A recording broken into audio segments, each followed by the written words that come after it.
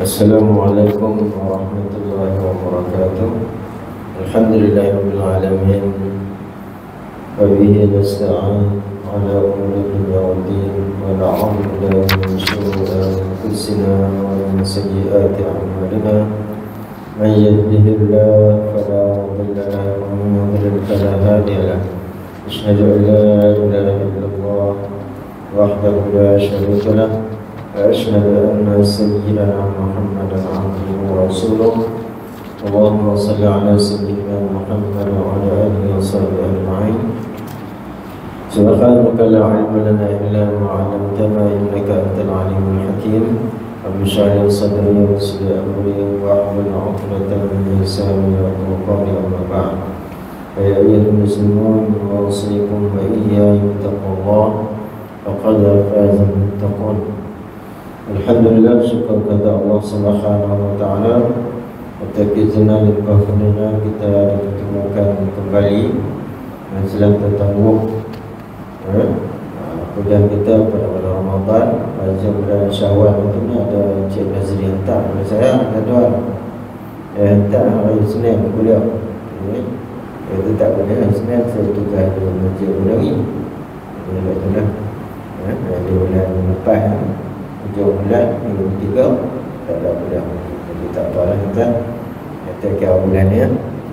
Jadi kan selepas kita berpuasa dan tentunya kita menyambut Idul Fitri, kita sambung semula kuliah kita yang pertama dulu dan sampai ke surah Al-Qari'ah. Surah Al-Qari'ah kita dah baca itu ni dan selanjutnya kita tengok tafsir lah. Jadi surah Al-Qari'ah ni sekali kita baca dalam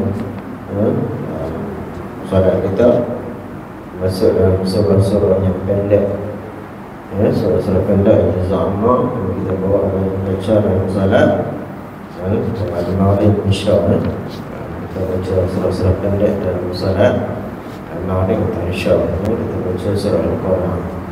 Jadi sebelum kita meneruskan kuliah kita tafsir kita baca sesama dulu apa yang ingat kembali atau mengulang kembali apa yang telah kita baca sebelum ini ya.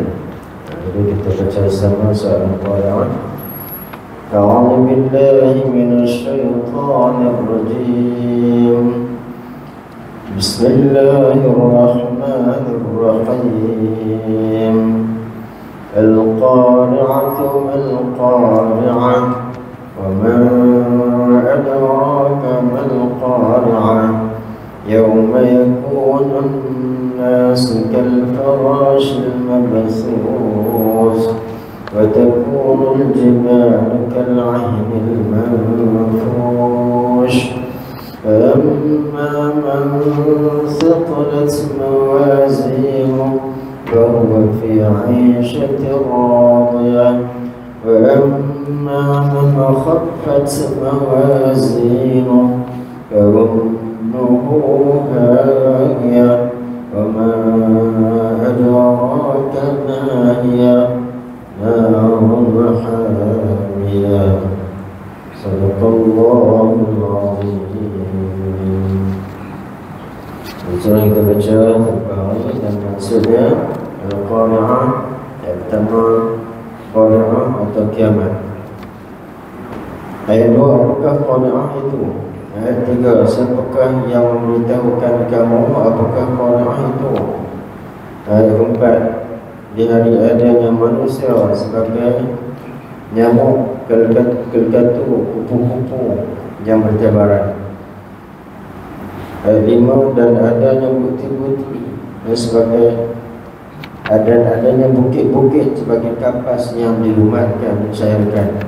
Yang keenam, sesudah itu maka ada pun orang-orang yang berat timbangannya.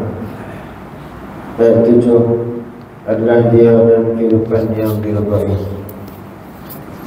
Ayat 8, ada pun orang-orang yang ringan timbangannya. Ayat 9, maka tempatnya kembali hawiyah. Pada ayat 10, siapakah yang memberitahukanmu apakah hawiyah itu? Ayat 11, iaitu neraka yang sangat hangat. Jadi kita sampai cerita dan semua kita lihat ke tafsirnya. Itu tafsir pada ayat 1, Allah Subhanahu wa taala berfirman, ataupun di sini berkata, Al-Qari'ah. Al-Qari'ah satu nama di antara segala nama kiamat. Kiamat atau untungnya alam dunia ini banyak namanya. Di antaranya kiamat, Qari'ah, Sa'ah, Haqqah, Qamah, Saqah, As-Saqah, dan Ghashiyah. Itu antara nama-nama yang berkaitan dengan hari kiamat. Banyak. Yaumut Taghabun, kita baca surah Fatihah, Yaumuddin, Maliki Yaumiddin. Itu nama-nama hari kiamat. Jadi pada ayat pertama tadi Allah sebut Al-Qari'ah sebagai ganti pada nama hari kiamat. Pada ayat 2 Allah berkata, Allah berfirman, apakah yang dikatakan Qari'ah? Yaitu membesarkan dan menghebatkan kejadian itu dalam hati si pendengarnya. Jadi kita teknik ataupun cara bila Allah persembahkan Al-Quran dengan gaya bahasa yang begitu indah. Itu pertama, disebut kata Qari'ah. Dan seterusnya ayat kedua disebut Mal-Qari'ah. Jadi nak menunjukkan hebatnya, dahsyatnya hari yang akan berlakunya, yang pasti yang berlakunya Yaumul la raiba fihi, hari yang tidak ada keraguan padanya akan berlaku, hari yang pasti akan berlaku. Yang disebut Al-Haqqah, hari yang pasti berlaku. Haqqah, hari yang sebenarnya. Itu keyakinan kita bahawa semuanya ini yang disebutkan nama-nama kiamat tadi pasti berlaku dalam kehidupan kita, dan sama ada kita akan bertemu pada hari tersebut ataupun kita mati dulu. Dan mati masuk dalam kubur, kemudian kita akan dibangkitkan semula pada hari terjadinya kiamat tersebut. Kemudian untuk menambah besar dan hebatnya kejadian itu, pada ayat 3 Allah sebagai menanyakan kejadian itu atau Qari'ah itu kepada Nabi kita, iaitu siapakah yang telah memberitahukan kepadamu apakah dan bagaimanakah Qari'ah itu. Jadi nak tunjukkan kebesaran hari ini juga, salah satu tanda, satu cara nak tunjukkan kehebatan hari ini, Nabi ditanya oleh Allah Subhanahu wa taala, siapa yang beritahu kepada kamu tentang kehebatan hari ini, peristiwa berlaku pada hari yang disebutkan Qari'ah ini. Kemudian dengan ayat 4 dan 5 Allah menerangkan Qari'ah artinya kiamat dan runtuhnya alam dunia ini, tetapi hanya dengan apa yang terjadi waktu itu, iaitu pada hari atau ketika ada manusia sebagai nyamuk atau kelkatu yang berterbangan atau berterbangan. Jadi maksudnya kata bila berlaku hari kiamat itu, gambaran dia yauma yakunu nasu kal farashil mabthur. Jadi pada hari terjadinya kiamat itu manusia seperti kupu-kupu yang berterbangan. Kata hari hujan, hujan, kemudian orang kata kalau ada katu tu nak hujan lagi, jadi terbang ke katu main cari cahaya hingga bila lampu juga terbang. Begitulah gambarannya tentang hari kiamat nanti. Bila berlaku orang kiamat semua akan lari melintang bukan. Kita tengok yang terdekat ini yang di kejadian yang berlaku di Indonesia, di Sulawesi, Palu. Bagaimana duduk bila berlaku keadaan yang menggemparkan kawasan kampung mereka, jadi bukan lari, lari lentang bukan, tak tahu nak ada tuju mana. Itu di antara yang boleh kita gambarkan dalam fikiran kita. Jadi kalau zaman lalu kita melihat tsunami, tsunami Aceh, kita boleh tengok kembali bagaimana keadaan hari berlakunya tsunami tadi. Jadi semua orang akan lari nak selamatkan diri. Itulah gambaran kita berlakunya hari kiamat yang akan berlaku pada satu ketika nanti. Dan ini diterangkan dalam Al-Quran dan pasti berlaku perkara ini dan bukan keyakinan kita. Wajib kita beriman kepada perkara disebutkan ini. Diterangkan dalam Al-Quran, diterangkan dalam hadis. Tapi kalau kita tak meyakininya, nanti gugur iman kita. Bukan kita sebagai orang beriman, kita telah tergolong dalam orang yang ingkar, orang kafir di atas apa yang diterangkan dalam Al-Quran dan hadis Nabi Sallallahu Alaihi Wasallam. Jadi kita hendaklah beriman, yakin. Yang dalam surah Al-Baqarah yang disebut ciri-ciri beriman ialah wabil akhirati hum yuqinun, dan dengan hari akhirat mereka yakin. Bukan berarti aku yakin 99.9% 0.1 betul, ada keraguan kita tak pakai. Mesti 100%. Keyakinan kita barulah dia akan anggap kita sebagai orang yang beriman kepada Allah Subhanahu Wa Taala, beriman kepada rukun-rukun iman yang diterangkan kita dan Nabi Sallallahu Alaihi Wasallam. Contohnya beriman kepada hari kiamat, beriman pada hari akhirat. Itu disebut wabil akhirati hum yuqinun, dan dengan hari akhirat mereka yakin. Yakin dengan hari akhirat tu, nanti apa tindakan yang perlu kita lakukan, kena buat apa yang Tuhan suruh dan tinggal apa yang Tuhan larang. Itulah yang menjadikan kita orang yang bertakwa. Kalau kita tergolong dalam orang bertakwa, berarti Al-Quran syurga, disebut syurga, disebut wa'id dan lil muttaqin, yang disediakan kepada orang-orang yang bertakwa. Jadi kalau kita baliknya kita tak beriman, kita termasuk orang kafir, jadi tempat dia adalah neraka. Itu yang dia pandang. Jadi sama ada A syurga ataupun B neraka. Jadi kita pilih yang mana kita nak, itulah yang sepatutnya kita usahakan untuk kita mendapat redha Allah Subhanahu Wa Taala dan dijauhi daripada murka Allah Subhanahu Wa Taala. Maka kita nak minta Allahumma inna nas'aluka ridhaka wal jannah wa na'udzubika min sakhatika wan nar. Ya Allah, kami mohon keridhaan-Mu dan syurga. Ya Allah, redha kita Allah min syurga. Wa na'udzubika min sakhatika, dan kami mohon perlindungan daripada kemurkaan-Mu, wan nar, dan neraka. Jadi bila kita faham itu, Allah redha, Allah masukkan kita dalam syurga. Sebaliknya bila Allah murka kita, Allah akan tempatkan kita dalam neraka. Wal'iyadzubillah. Jadi untuk menjadikan kita orang yang layak mendapat redha Allah, jadi hendaklah kita beriman kepada hari kiamat. Tak beriman masuk dalam orang kafir, dan ini masukkan ke dalam neraka. Wal'iyadzubillah.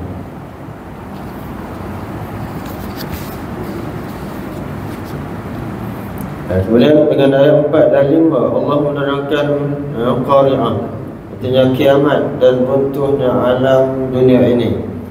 Tetapi hanya dengan apa yang terjadi di waktu itu, iaitu pada hari atau ketika ada manusia sebagai nyamuk terkatu yang berterbangan dan bertebaran. Bukit-bukit di seluruh muka bumi adalah sebagai kapas yang dilumatkan atau dikisari, ataupun kita seperti debu-debu yang berterbangan. Bukit tu kita tengok, kita nak ambil tanah tu kita forward. Pada hari itu yang digambarkan, bukit-bukitnya habis semua hancur. Seperti kita kapas lah, kalau kita boleh gambarkan, kita kata kapas ataupun kita kata pokok kabu je, kabu tu abang orang tahu lah, bilangi kuih. Ada pokok kabu tu kadang-kadang budak-budak lah dia tak tahu lah, dia ada setengah tempat masih ada lagi. Jadi bila pokok kabu, buah kabu tu masak, kemudian pecah kulit dia, kemudian kabu tu bila dia tiup angin, abang orang tahu Begitulah keadaan yang digambarkan. Bukit yang teguh kita nampak bukan pasak bumi pada hari ini akan menjadi seperti itu. Itulah gambaran yang digambarkan ketika berlakunya hari kiamat. Kampas yang dilumatkan atau dikisari dia terbang mata. Jadi bila kita nak proses kapur tu, betul-betul tu kena cari seorang mental proses dan tutup. Kalau proses dia terbuka, tak kena masuk ke hidung, dan nyawa masuk ke hidung. Itu antara gambaran kapas ataupun kabu. Jadi tempat itu kabu yang berterbangan atau mudah berterbangan ke sana sini. Itulah gambaran yang digambarkan dengan kejadian kiamat. Bila manusia adalah waktu terjadi qari'ah atau kiamat bagai kelkatu layaknya. Dijelaskan apa yang disebut tadi. Macam katu terbang mata bila berlaku hari kegoncangan kiamat. Berlaku tiupan sangka kali yang pertama, berlakunya huru hara. Itulah gambaran tentang kejadian tersebut. Dan kalau kita nak tengok gambaran tentang hari kiamat lagi, kita baca surah Al-Infitar. Surah Al-Infitar menggambarkan tentang keadaan hari kiamat. Idza as-samaa'u fatarat. Dan juga surah Al-Insyiqaq, idza as-samaa'u insyaqqat. Itu cerita yang lebih panjang tentang kejadian hari kiamat.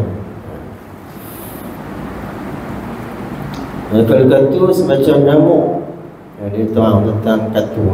Katu macam nyamuk yang kerana hairan dan bodohnya menjatuhkan dirinya ke dalam api, atau kandil yang bercahaya cemerlang dalam gelap. Ini cerita zaman dulu lah, lampu minyak, lampu lilin. Inilah ni kita tak pakai lah, kita pakai lampu Kalimantan, lampu bulat sebagainya. Jadi bila nampak tu dia akan terbang kan. Jadi dia akan borong lampu tadi sebab dia nampak cahaya. Nanti kata ni digambarkan kelkatu seperti hairan pada api. Jadi dia nampak cahaya, dia akan main dan menjatuhkan dirinya ke dalam api. Betul.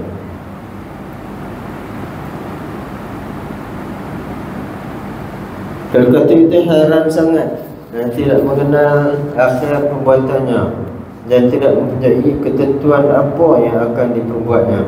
Tak tahu mana, dia tak tahu macam mana, tak tahu macam ni tu lah. Gambaran dah. Kita tengok katu tu, dia terbang tu ni. Dan boleh kita ambil pengajaran dalam katu ni, kita tengok nikmat yang Allah kurniakan bagi kita macam tu lah. Bila-bila saja Allah boleh tarik balik, kan?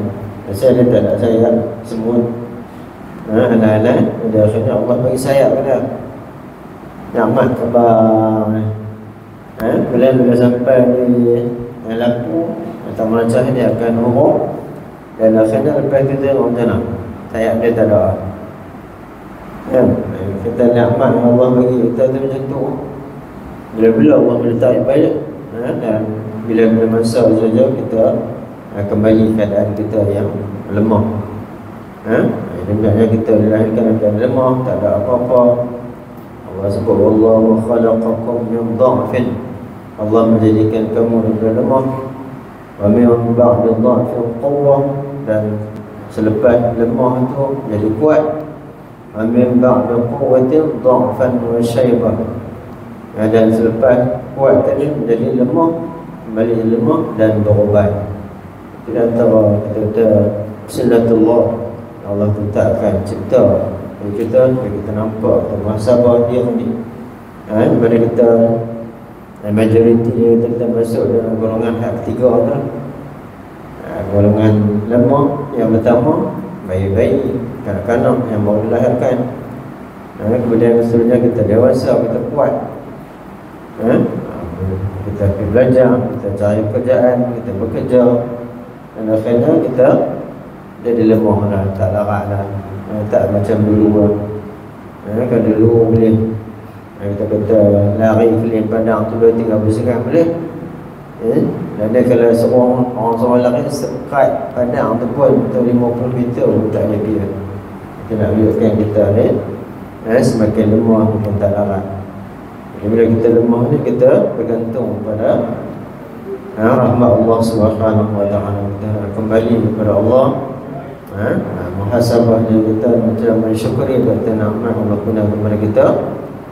Kalau masih kuat begitu, alhamdulillah, gunakan kekuatan yang ada pada kita itu untuk kita mencari redha Allah Subhanahu wa taala. Tunaikan kewajipan kita tentang solat, jaga solat kita, kita tak tinggalkan lagi. Mana dulu zaman muda dulu kita hanya Allah lah buat tu itu bila tahu kesilapan kita waktu muda dulu. Kita qada semampu mungkin dan kita serah pada Allah Subhanahu wa taala.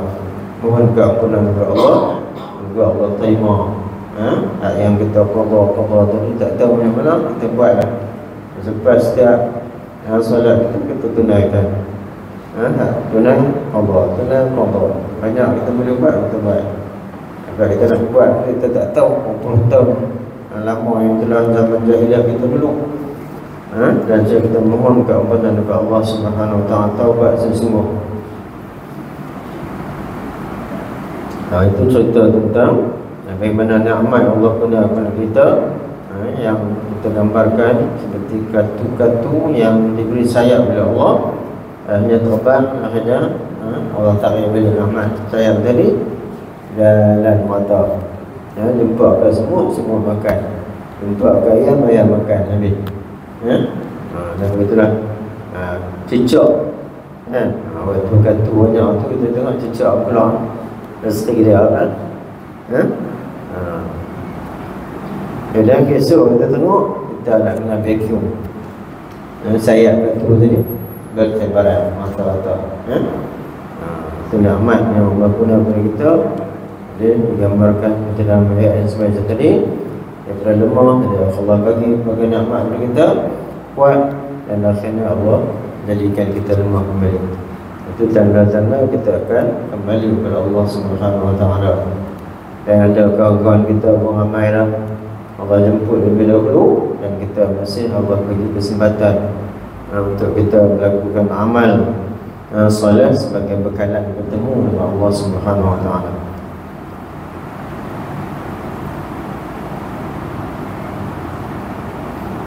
Jadi digambarkan sini manusia di waktu terjadi kiamat itu adalah sangat terkejut dan hairan.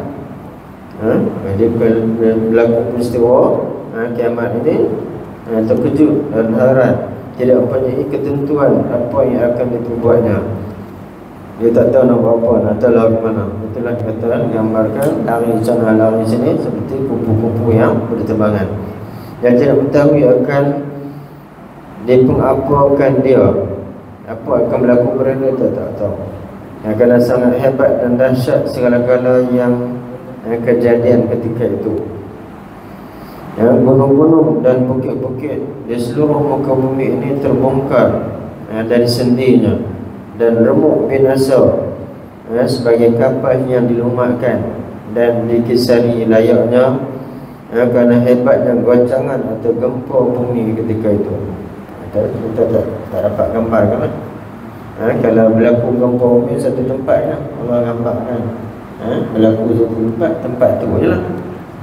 Tapi bila berlakunya tiupan sangkakala yang pertama, berlakunya kiamat ni, bumi habis hancur. Itu yang digambarkan. Manusia tak tahu nak tolong ke mana.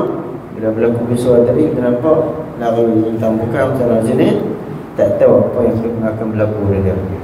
Ada yang diselamat kalau Allah Subhanahu wa taala kerana kejadian tsunami. Tapi hari ini tak sama, semua akan berlaku kiamat dan akhirnya semua akan mati. Kemudian sebenarnya berlaku tiupan sangkakala yang kedua, kita dibangkitkan daripada kematian. Duduk dalam kubur, bangkit dalam kubur. Yang baru mati tadi bangkit menuju ke padang mahsyar. Itulah keyakinan yang perlu kita yakini. Untuk dihitung segala amalan yang kita lakukan, sama ada baik ataupun buruk.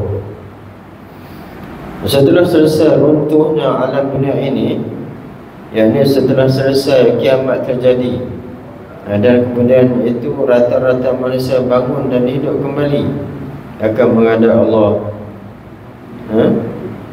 Qadhi Rabbil Jalil, adalah manusia dengan pembahagian besar terbagi pada dua bahagian.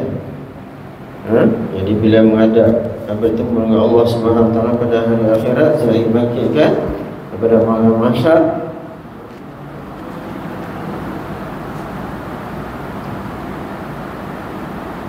Dalam surah Yasin, وَنُفِخَ فِي الصُّورِ فَإِذَا هُمْ مِنَ الْأَجْدَاثِ إِلَى رَبِّهِمْ يَنْسِلُونَ قَالُوا يَا وَيْلَنَا مَنْ بَعَثَنَا مِنْ مَرْقَدِنَا هَذَا مَا وَعَدَ الرَّحْمَنُ وَصَدَقَ الْمُرْسَلُونَ. صدق الله العظيم. وَنُفِخَ فِي الصُّورِ, dan ditiupkan sangkakala yang kedua. Jadi pertama tadi berlaku perang kiamat, habis semua, dan ditiupkan sangkakala yang kedua. فَإِذَا هُمْ مِنَ الْأَجْدَاثِ إِلَى رَبِّهِمْ يَنْسِلُونَ, dengan tiba-tiba tepat semua akan bangkit daripada kubur dan seterusnya menuju kepada Tuhan mereka. Ini dia gambarkan tentang menuju ke padang mahsyar. Pada mati dengan sebab apa sekalipun, daripada itu bila berlaku tiupan sangkakala yang kedua, semua pernah hidup di atas muka bumi akan dihidupkan kembali, dan saya menuju ke padang mahsyar. Benar orang yang tak beriman kepada Allah, qalu ya wailana man ba'athana min marqadina hadha, mereka berkata, orang kafir kata apa, celakalah kami, ya wailana, siapakah yang membangkitkan daripada tidur tempat tidur kami, kerana hadha Mimaqadina hadha ma wa'ada ar-Rahman, dan dijawab, inilah yang dijanjikan oleh Tuhan yang Maha Murah. Itu keimanan kita beriman bangkit pada hari kiamat. Hadha ma wa'ada ar-Rahman wa sadaqal mursalun, dan benarlah para rasul. Para rasul bila dibangkitkan, diutuskan kepada kaum mereka, semua sembah Allah dan yakin pada hari kebangkitan. Jadi hak beriman termasuk dalam beriman dan beramal soleh, sebagai persediaan untuk bertemu dengan Allah Subhanahu Wa Taala. Atau beriman ikut suka apa, buat apa pun, jadi akhirnya pada hari ini baru menyesal. Jadi itulah yang digambarkan dalam ayat-ayat Al-Quran dalam surah Yasin. Kalau kita baca ayat-ayat itu, sepatutnya kita cuba faham maksud dia untuk menambah lagi keyakinan kita. Walaupun kita baca saja dapat pahala, tapi bila kita baca, kita merenung makna dia, menambah keyakinan kita kepada apa yang diterangkan oleh Nabi kepada kita tentang kiamat. Tanya yang berkaitan dengan ayat kiamat. Jadi kita pun menuju ke padang mahsyar, bertemu Allah Subhanahu Wa Taala, Qadhi Rabbul Jalil, yang disebut dalam surah Al-Fatihah sebagai Yaumiddin, Malik Yaumiddin, yang memiliki hari pembalasan. Jadi siapa? Allah Subhanahu Wa Taala. Kemudian akan dihitung amalan kita, maksudnya akan diberi ganjaran. Jadi dua bahagian yang besar yang disebut sini dalam ayat 6 dan 7. Dengan ayat 6 dan 7 Allah mengatakan, adapun orang-orang yang berat timbangannya, maka adalah mereka dan kehidupan yang disukai, yang diridai. Manusia yang berat timbangannya, itu orang-orang berat kadar dan harganya, berat maqam dan darjatnya, kerana iman dan taatnya, kerana baik dan mulia akhlak dan tingkah lakunya, banyak amal dan kebaikannya, banyak jasa dan gunanya, berharga dan dihormati dalam pergaulan sesamanya, dan lain-lain sebagainya. Orang-orang itu di akhirat kelak akan beroleh dan merasai kehidupan yang diridai dan disukai, kehidupan yang menyenangkan dan memuaskan, Sebagaimana masa di dunia mereka telah merasai kesenangan dan kepuasan hidup di antara sesama manusia dalam pergaulannya, sekalipun hidupnya dalam sengsara dan kemiskinan. Itu cerita tentang orang yang beroleh kenikmatan kepada Allah Subhanahu Wa Taala. Dia yakin dia akan bertemu dengan Allah, dia beramal untuk sesudah mati untuk bertemu dengan Allah. Dan ada bagian disebut oleh Allah Subhanahu Wa Taala dalam Al-Quran, wa tazawwadu fa inna khairaz zadi taqwa. Berbekallah, carilah bekalan, sesungguhnya sebaik-baik bekalan ialah ketakwaan kepada Allah Subhanahu Wa Taala. Maksudnya apa? Buat apa yang Allah minta, tinggal apa yang Tuhan larang. Tiap-tiap hari Jumaat kita dengar pada lelaki pergi sembahyang Jumaat, kita akan dengar pesanan takwa bukan rukun dalam khutbah. Kalau tak sebut pesan untuk bertakwa kepada Allah itu tak sah Allah. Ini kan pentingnya.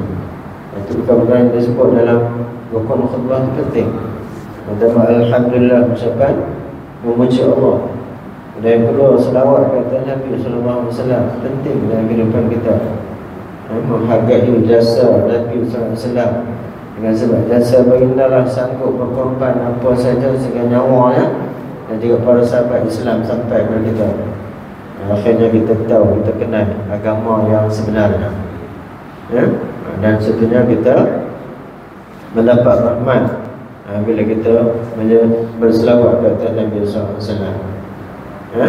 Jadi kita akan mendapat rahmat. Mana yang disebut dalam hadis baginda, man shalla alayya wahidatan sallallahu alaihi biha ashra. Sadaqah Rasulullah sallallahu alaihi wasallam. Dia berselawat kata Nabi, jadi Allah akan bagi ganjaran. Siapa yang selawat sekali ke atas muka kata Nabi, Allah akan berselawat katanya 10 kali. Jadi maksudnya Allah bagi rahmat kepada kita, Allah limpah kasih sayang kepada kita dengan kita berselawat kata Nabi. Jadi rugilah kalau kita tak berselawat kata Nabi. Jadi Allah ajar dalam rukun khutbah itu yang pertama, ucap alhamdulillah, ucap syukur kepada Allah atas bagian nikmat Allah kurniakan kepada kita. Wa in ta'uddu ni'matallahi la tuhsuha. Dan kalau kita kamu nak menghitung nikmat Allah, sudah pasti kamu tidak akan dapat menghitung. Itu ucapan alhamdulillah. Dan selawat kata Nabi, ada pesan bertakwa kepada Allah. Itu buat apa yang Tuhan suruh dan tinggal apa yang Tuhan larang. Itulah yang akan kita dibawa kepada akhirat. Bekalan tu. Jadi kita dengar tentang minggu tu, jadi kita perbarui takwa kita dengan memperbanyakkan amalan-amalan kita. Hak wajib kita jaga, hak sunat kita tambah. Itu dia antara amalan yang perlu kita lakukan. Dan sebagai bekalan untuk bertemu Allah Subhanahu Wa Taala. Dan sebenarnya rukun yang maksudnya ialah membaca satu ayat daripada Al-Quran dalam rukun khutbah. Kalau tak baca satu ayat dalam khutbah, pada khutbah pertama atau kedua, jadi tidak sah. Tidak sah. Khutbah tadi tak pakai jemaah, tak sah. Dan saya mendoakan keampunan untuk sekalian muslimin dan muslimat. Allahumma ighfir lil muslimin wal muslimat wal mu'minin wal mu'minat. Ini maksudnya apa dalam kehidupan kita selain daripada solat jemaah itu, itulah sesuatu yang kita maafkan. Muji Allah, itu bersyukur atas nama Allah, berselawat kepada Nabi, kemudian pastikan kita ikut perintah Allah dan tinggal dalam larangan Allah. Dan sejak kita kena membaca Quran, kalau kita boleh faham. Kita macam mana kita nak faham kalau kita tidak membaca? Contohnya kita nak pergi ambil lesen malu, daftar masuk sekolah malu, jadi kita akan diberi buku panduan. Kemudian ada ujian, jawab soalan objektif, 40 soalan. Jadi boleh salah berapa ni? Tak salah saya 46 bukan kena. 46 salah 4 ni. Baru lulus. Kalau bawah tu tak lulus. Itu contohnya lah. 46 baru lulus. Nanti kalau kita nak lulus, kita kena baca. jejak kehidupan kita, dari kehidupan kita ni sampai kita nak bertemu dengan Allah. Buku panduan yang terbaru kita Al-Quran sedang kita membaca, kita perbahaskan ini sebagai panduan bagi kita. Jadi kalau kita tak membaca, kita tak faham, mana mungkin kita nak mengikut jalan yang sebenarnya. Jadi tujuan tadi sekolah mandu lalui undang-undang yang raya, dan seterusnya. Lepas lalui undang-undang, awal kita nanti bawa kita betul sebagainya. Supaya kita, bila kita bawa lulus ni, dapat lesen tu, kita dah pastinya kita tahu undang-undang yang sepatutnya. Bukan silap. Kita tahu, kalau kita tak baca, kita tengok contoh saya pernah sebut tu, bila kawasan Pekan Bangkok ada kono banyak. Jadi kadang-kadang tu kawasan kemalangan diletak gambar tengkorak. Kalau kita tak baca, kita tahu ini kawasan ada hantu ni. Jadi kita lagi laju. Jadi sebenarnya kawasan tengkorak tu kawasan kemalangan, supaya kita berhati-hati melakukan kemalangan. Itu kita, bila kita tak belajar, kita akan salah faham, dan akhirnya kita melakukan kesilapan. Itu juga dalam kehidupan kita. Kalau kita tak mendalami ilmu agama berdasarkan Quran dan hadis, mana mungkin kita nak ikut jalan yang sebenar yang ditunjuk oleh Nabi SAW kita. Kita nak baca, kita baca Quran, kita faham Quran, dan kita ikut Quran, dan insyaAllah kita akan berada di landasan yang sebenar. Nabi sebut dalam hadis baginda, taraktu fikum amrayn ma in tamassaktum bihima lan tadillu min ba'di kitabullah wa sunnata rasul. Rasulullah SAW qala, maksudnya aku tinggalkan berkamu dua perkara. Kata Nabi, tinggalkan berkamu dua perkara. Ma in tamassaktum bihima, selagi mana kamu berpegang teguh dengan kedua-duanya, lan tadillu, kamu tidak akan sesat. Kalau kita belajar lan dan masyarakat nafi lil abad, maksudnya nafi selama-lamanya, kamu tidak akan sesat selama-lamanya. Masalah ni kita tak ikut Quran, kita tak ikut hadis, itu ikut sikit-sikit je, tak ikut sepenuhnya, itu kita jauh daripada ajaran yang sebenarnya. Kalau ikut pun berapa orang je, tak ramai tak ikut dia. Kalau ikut kajian dalam bab solat saja pun, ada kajian mengatakan lebih daripada 50% orang Islam yang tidak menggunakan solat. Bab solat ni wajib.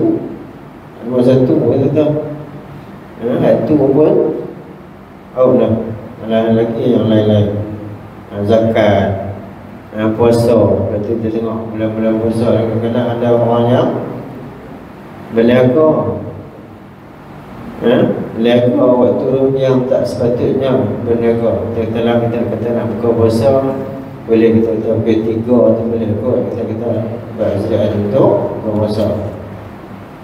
Jadi kalau pukul 10, 11 bukan dapat persediaan untuk buka puasa. Jadi kalau nak buat puasa, kita tengok orang kata tempat kita apa kita memang lah kata kedai-kedai mamak tu. Tiap-tiap hari kita kalau tengok pukul 10, 11 tu kalau buka kata undang-undang saya pernah cakap dulu dengan Ustaz Ahmad main ceramahan ni, dia tu qadhi di Kelantan. Kata Ustaz, tak boleh minta nak gambar. Kita tak boleh ada tu nak nampak undang-undang kan, mesti tengok mereka makan. Kalau tekat mereka bukui buang plastik hitam tu, tak boleh tangkap. Itu masalah. Jadi undang-undang ni pun tak selaras. Kita tengok kan, kalau di negeri Kedah, di negeri Selangor, ada undang-undang yang menghalang peniaga sebelum pukul 3. Jawab mereka sebelum pukul 3 kena tangkap. Sebab undang-undang kita ikut negeri ya. Jadi undang-undang ini ikut negeri, jadi ada maknanya yang amalkan. Itu bagus lah. Kalau seperti itu dapat laksanakan, kita bersangka baiklah kalau pukul 3 tu kita lepas buat kerjaan untuk buka puasa. Tapi kalau pukul 11 ke 12 dah tentu lah kita kata tak puasa. Jadi itulah data kita tengok dalam kehidupan kita jauh kita daripada panduan-panduan agama yang sebenarnya. Kita ambil sebahagian saja dan kita tinggal sebahagian besar dari kehidupan kita. Jadi mana mungkin kalau kita tak menghayati Al-Quran, kita tak mengaji, kita tak amal gula-gula macam ni, kita nak faham. Akhirnya kita tak nak pergi depan. Jadi sepatutnya ada tanggungjawab pemimpin yang memerintah semasa, iaitu untuk menghalang perkara seperti ini. Kita boleh tengok saja boleh abang kita buat laporan kalau kita tidak ada kuasa. Dan kerana sebab siapa yang tengok daripada kanan kamu perkara mungkar adalah cegah dengan tangan kuasa yang ada. Itu perlu ada kuasa. Bila ada kuasa kita boleh gumbal anda-anda untuk menghalang perkara yang melanggar perintah Allah Subhanahu Wa Taala. Kita boleh habaq. Kemudian yang kedua, kalau kita tak mampu mencegah perkara tadi adalah dengan lidah. Kita sampai lah. Macam saya dah abang ni kita, perkara yang bercanggah kita nampak ni kena tak betul. Maksudnya kalau orang yang ada kuasa itu dia kena fikir bagaimana untuk mencegah perkara seperti ini berterusan. Dan sebenarnya yang ketiga, peringkat ketiga, benci di hati lah. Kita tak suka perbuatan yang laku mungkar itu berlaku di hadapan kita. Allah daripada Allah, semoga Allah hidayah mereka lah. Mereka sedar tentang undang-undang yang sepatutnya mereka buat. Dan sebenarnya mereka patuhi dan akhirnya mendapat redha Allah Subhanahu Wa Taala. Menjaga tu kata, kita fikir agak kalau dia menjaga untuk orang yang tak puasa, kata bayangkan rezeki yang dia dapat walaupun penjagaan tak lah, tapi berjaga waktu orang yang tak puasa untuk orang tak puasa tu kata sudah tentu kita bersubhan. Kalau kita puasa kita puasa tapi kita jual untuk orang tak puasa, kita subhanallah. Jadi rezeki yang kita dapat tu pun tidak halal lah itu. Sebab melanggar perintah Allah Subhanahu Wa Taala. Kita tahu pukul 11 dia beli, dia akan makan dia tak puasa. Jadi semua itu kita perlu jaga waktu kita hidup di dunia ini. Tujuannya untuk kita bertemu dengan Allah, dan untuk memberatkan timbangan amal kita. Dan amalan kita pun tak mana-mana, kita duduk syubhat lagi dengan orang berdosa. Jadi akhirnya pahala-pahala yang ada itu akan terhapus. Jadi akhirnya tidak mendapat rahmat dari Allah Subhanahu Wa Taala. Jadi kita bimbang, kita tergolong dalam golongan ayat 8 11 ni. Dengan ayat 8 sampai 11 Allah mengatakan adapun orang-orang yang ringan timbangannya, amalannya tak banyak mana, maka ibunya, artinya tempat kembalinya sebagai anak-anak kembali kepada ibunya adalah neraka. Wal'ayyadzubillah. Guna keduanya kurang amal dia, persediaan dia, dan saya bertemu dengan Allah Subhanahu Wa Taala keadaan tidak ada timbangan amalan dia, tidak timbang. Sekali lagi kita juga dan merasa Allah Subhanahu Wa Taala bila timbang amalan kita berat belah kiri. Itu melambangkan kejahatan, amal-amal jahat yang dibuat masa dunia. Amma man khaffat mawazinu fa'ummuhu hawiyah. Maka ibunya tertempat kembali dalam neraka hawiyah. Siapakah yang telah memberitahukanmu Rasulku Muhammad apakah neraka hawiyah itu? Neraka hawiyah itu adalah neraka yang sangat hangat. Orang-orang yang ringan timbangannya, iaitu mereka yang rendah harga dirinya dari Allah. Allah semua tak mau buat.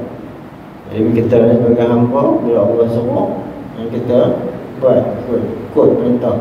Kita hamba ni tidak boleh memiliki apa-apa. Kita tengok zaman dulu lah, ada hamba, bila seorang tu jadi hamba, dia bekerja untuk tuan dia saja. Dia tidak boleh memiliki harta apa-apa. Dia kerja, dapat duit, tu ada. Kalau itu ada bagi makanan, bagi pakaian, pakaian berada, mengikut keperluan hariannya. Itu kita hamba. Jadi kita kalau kita hamba, sudah tentu kita akan patuh pada Tuhan kita, itu Allah Subhanahu Wa Taala. Tapi bila kita bukan hamba Allah, jadi kita langgar perintah Allah Subhanahu Wa Taala. Dan kita bimbang Allah tak iktiraf kita sebagai hamba-Nya. Dalam surah Al-Fajr, akhir surah Al-Fajr, Allah sebut, Ya ayyatuhan nafsul mutmainnah, wahai jiwa-jiwa yang tenang. Itu yang kita nak dalam kehidupan kita ni, kita nak jiwa yang tenang, jiwa yang taat kepada Allah Subhanahu Wa Taala. Bila kita buat perkara yang salah, kita sedar, kita tersilap, kita mohon ampun kepada Allah Subhanahu Wa Taala. Hendak kembali kepada Allah. Ya ayyatuhan nafsul mutmainnah, irji'i ila rabbiki radiyatan mardiyah. Kembalilah kamu dalam keadaan redha dan diridai. Kita redha bertemu dengan Allah. Kita yakin kita akan bertemu dengan Allah, kita akan mati, kita akan bertemu dengan Allah. Itu kita nak buat amal-amal yang Allah suruh, yang kita nak tinggal amal-amal yang Allah larang. Allah jadi hamba. Kita bertemu dengan Allah kalau kita redha, maradiyah, dan kita diridai. Sebab kita buat kita sultanah, kita hidup di dunia ini melanggar perintah Allah Subhanahu Wa Taala, Allah murka pada kita. Kita bertemu dengan Allah, Allah murka pada kita, tempat kita adalah neraka. Bila Allah redha, Allah tempatkan dalam syurga. Fadkhuli fi ibadi, Allah perintahkan kepada jiwa-jiwa yang tenangnya, masuklah dalam golongan hamba-hamba. Jadi Allah iktiraf kita sebagai hamba-Nya. Tapi kalau Allah suruh kita buat, kita tak buat, suruh sembahyang kita tak buat, suruh puasa kita tak buat, zakat kita tak keluarkan, haji ada perempuan kita tak mau pergi. Itu contoh-contoh rukun-rukun tu. Mana mungkin kita menjadi hamba yang Allah redha. Begitu tak sebaliknya, bila Allah larang melakukan suatu perbuatan, Allah larang kita berjudi, Allah larang kita minum arak, Allah larang kita melakukan perkara banyaklah perkara.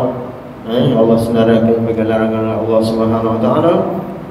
Jadi kita bertemu Allah, jumpa Allah Subhanahu Wa Taala keadaan berdosa, buat banyak dosa tu, jaga Allah redha, Allah buka kita.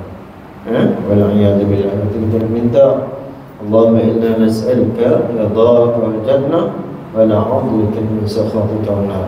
Maka doa yang tadi di luar kehidupan kita adalah kita perhatikan.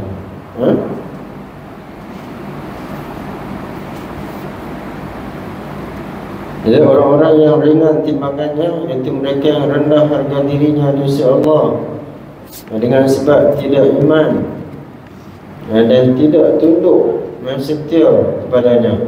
Jadi ayat tadi yang tengah tu ya. Jadi Allah persilakan masuk dalam golongan hamba-hamba-Nya, dan Allah berfirman wal khuli jannati. Ya Allah redha kita sebagai hamba-Nya yang taat perintahnya. Jadi Allah persilakan masuk dalam golongan hamba-hamba-Nya, dan Allah persilakan masuk dalam syurga. Itu yang kita harapkan. Itu di antara yang perlu kita fikirkan di depan kita ni, nak cari redha Allah. Yang mana kita nak melaksanakan perintah tadi dengan kita mendalami ilmu. Masalah apa yang kita lakukan sekarang ini. Jadi orang yang ringan timbangannya, tak ada amalannya, mereka rendah harga diri di sisi Allah, dengan sebab tidak iman, tak beriman, tidak tunduk setia kepadanya, tidak syukur dan tidak berterima kasih atas nikmat dan kurnianya, rendah dan kurang atau tidak berharga dirinya di sisi Allah dan di sisi manusia. Kalau mereka tidak berakhlak dan tidak bertingkah laku yang baik dan mulia, tidak baik dalam pergaulan sesama manusia, tidak pernah berbuat dasar dan guna untuk sesama manusia, dan lain-lain sebagainya. Malah mereka hidup untuk diri sendiri, memikirkan diri sendiri, mengikhtiarkan kesenangan, kebahagiaan dan keuntungan diri sendiri. Wallahu a'lam bimuradihi. Tamat tafsir surah Al-Qari'ah. Jadi kalau kita lihat golongan kedua ni, nanti dah kita tak mau jadi macam golongan kedua. Kerana tempat dia adalah neraka. Kita nak jadi golongan yang pertama yang disebut dalam ayat 6 dan 7 tu. Maka timbangan amal kita dengan apa? Dengan amal-amal soleh yang kita lakukan. Dan amal-amal soleh yang kita lakukan itu adalah kita lakukan dengan ikhlas, semata-mata kerana Allah. Kalau banyak amal pun tak ikhlas, Allah tak terima. Dan surah Al-Kahfi, akhir surah Al-Kahfi, Allah peringatkan kita setiap minggu sepatutnya kita membaca surah Al-Kahfi.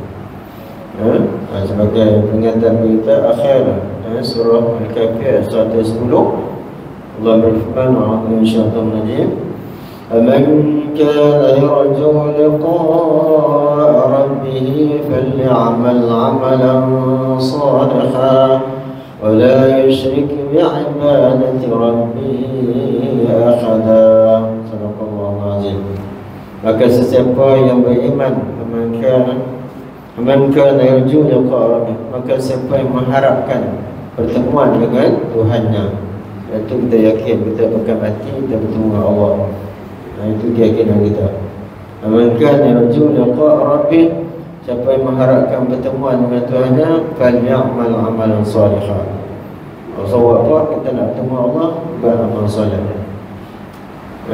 Jadi Allah suruh kita buat Allah yang Allah perintah, dan kita tinggalkan, wala yusyrik bi'ibadati rabbih ahada, dan tidak mensyirikkan dalam melakukan ibadat itu dengan sesuatu. Jadi kita buat itu kerana Allah Subhanahu wa ta'ala. Kita sembahyang kerana Allah, kita puasa kerana Allah, yang kita tinggalkan larangan-larangan Allah kerana Allah larang kita. Itulah kita jadi orang yang bertakwa. Jadi kata bekalan untuk bertemu Allah itu bertakwa. Dan Allah sebut dalam ayat lain, inna akramakum 'indallahi atqakum, banyak orang yang paling mulia ada di kalangan kamu di sisi Allah Subhanahu wa ta'ala ialah orang yang paling tinggi darjat ketakwaannya. Bukan jaga rupa parahnya, bukan putih, merah kulitnya dan sebagainya. Tapi Allah tak lihat semua itu, kerana Allah yang ciptakan kita. Allah tengok hati kita, nilai ketakwaan kita, keimanan kita pada Allah Subhanahu wa ta'ala. Jadi tinggi darjat ketakwaan kita, walaupun seorang tu Allah ciptakan. Kita lihat, kita tengok bagaimana Sayyidina Bilal bin Rabah. Bilal ni orang kulit hitam, Al-Habashi, daripada Habsyah, Ethiopia lah ni, Ethiopia. Jadi orang kulit hitam negro, kulitnya hitam legam, kita kata rambutnya rintik. Tetapi dalam peristiwa Isra' dan Mi'raj, Nabi dengar derapan tapak kakinya dalam syurga. Jadi akhirnya Nabi tanya Bilal, apakah amalan kamu wahai Bilal? Bilal kata, aku tak ada amalan apa-apa wahai Rasulullah, tapi bila setiap kali aku berwudu, aku akan menunaikan salat sunat. Itu kita kata salat sunat wudu tu. Itulah yang menjadikan Bilal ni tinggi di sisi Allah Subhanahu wa ta'ala. Sehingga Nabi gambarkan, aku dengar kerapan tapak kaki dalam syurga. Masuk syurga lah. Kita kata lepas masuk syurga, Bilal yang hitam legam tu, yang tak segak, yang tak handsome, tapi masuk syurga kerana amal solat yang dilakukan, iaitu sedangkan solat sunat. Tiap kali dia wudu, dia akan solat sunat. Jadi kalau boleh kita tiru lah, kita cuba untuk, kalau boleh pastikan setiap kali kita mandi, kita berwudu, walaupun kita tak sembahyang, ataupun lepas kita ambil sembahyang tu, kita pergi sembahyang sunat 2 rakaat. Nak tiru macam mana Bilal, Sayyidina Bilal bin Rabah buat, dan akhirnya melarikan kita masuk syurga Allah Subhanahu wa ta'ala dengan amalan-amalan tu. Kita dengar, aku pun nak tiru macam Bilal lah.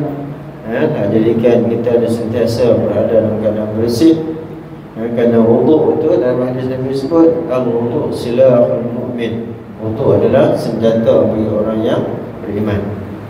Dan kita dalam hadis yang lain disebut bila kita berwuduk, terutama bila kita nak tidur, sepanjang tidur kita itu akan didoakan, dimohon keampunan oleh malaikat. Malaikat mendoakan keampunan untuk kita kalau kita berwuduk. Masa kita tidur tu, jatuhlah bila kita tidur kata wuduk. Mula kita nak tidur tu kita dah wuduk, sepanjang hidup kita, tidur kita itu akan menjadi ibadah yang didoakan keampunan oleh malaikat. Banyak dosa kita tak sedar kan. Tapi bila kita amalkan amal-amal seperti ini, bila kita harap dosa-dosa itu digugurkan oleh Allah Subhanahu Wa Taala, jadi akhirnya Allah redha kepada kita dengan amalan tadi, dengan kita mengikut sunnah Nabi Sallallahu Alaihi Wasallam. Kita amalan tak banyak kalau kita banding dengan para sahabat yang boleh bangun tengah malam, sampai tidur sikit je. Kita bulan Ramadan dah kot, tu pun tak banyak mana pun. Kita solat sunat tahajud 2 rakaat, solat sunat taubat 2 rakaat, tahajud mungkin 4 rakaat, dan boleh buat yang 4 tahajud, kemudian 2 taubat, dan seterusnya hajat 6.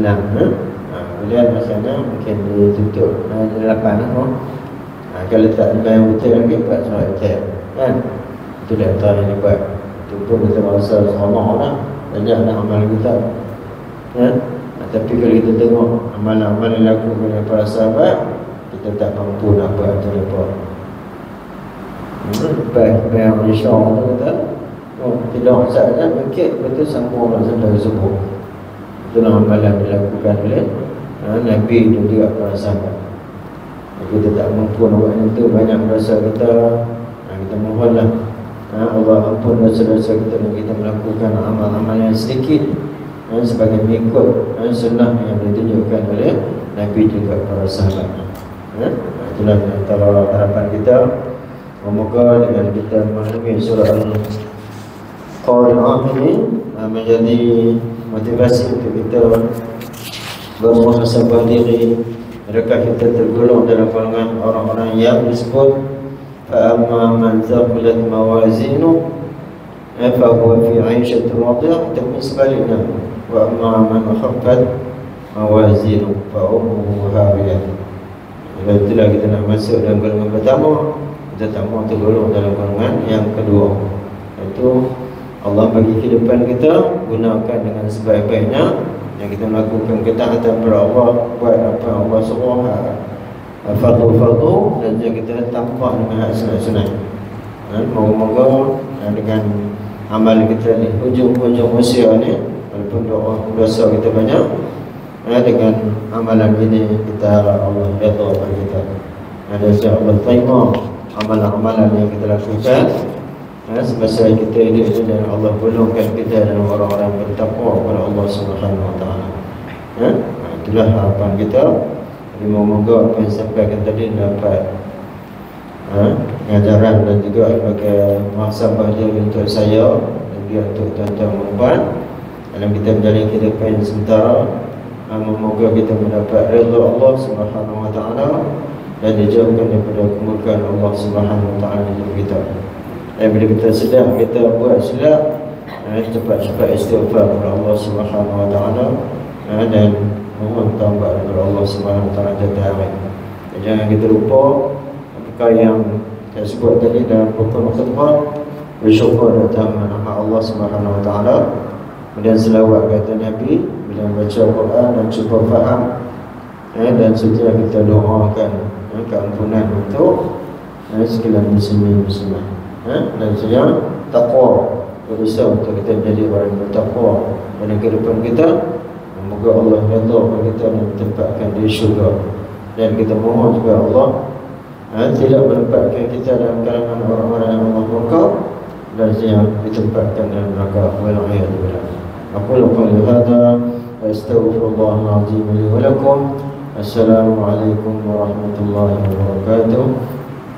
سبحانك اللهم وبحمدك أشهد أن لا إله إلا أنت أستغفرك وأتوب إليك. بسم الله الرحمن الرحيم. والعصر إن الإنسان لفي خسر إلا الذين آمنوا وعملوا الصالحات وتواصوا بالحق وتواصوا بالصبر. أعوذ بالله من الشيطان الرجيم. بسم الله الرحمن الرحيم. الحمد لله رب العالمين والصلاة والسلام على أشرف الأنبياء والمرسلين وعلى آله وصحبه أجمعين. اللهم إنا نسألك رضاك والجنة ونعوذ من سخطك والنار. اللهم اجعلنا من الذين يستمعون القول فيتبعون أحسنه. اللهم إنا نسألك علما نافعا ورزقا طيبا وعملا متقبلا. اللهم اجعل جمعنا هذا جمعا مرحوما وتفرقنا بعد تفرقا معصوما، ولا تجعل اللهم فينا ولا معنا ولا من يتبعنا شقيا ولا مطرودا ولا محروما يا أرحم الراحمين. وصلى الله على سيدنا محمد وعلى آله وصحبه أجمعين والحمد لله رب العالمين.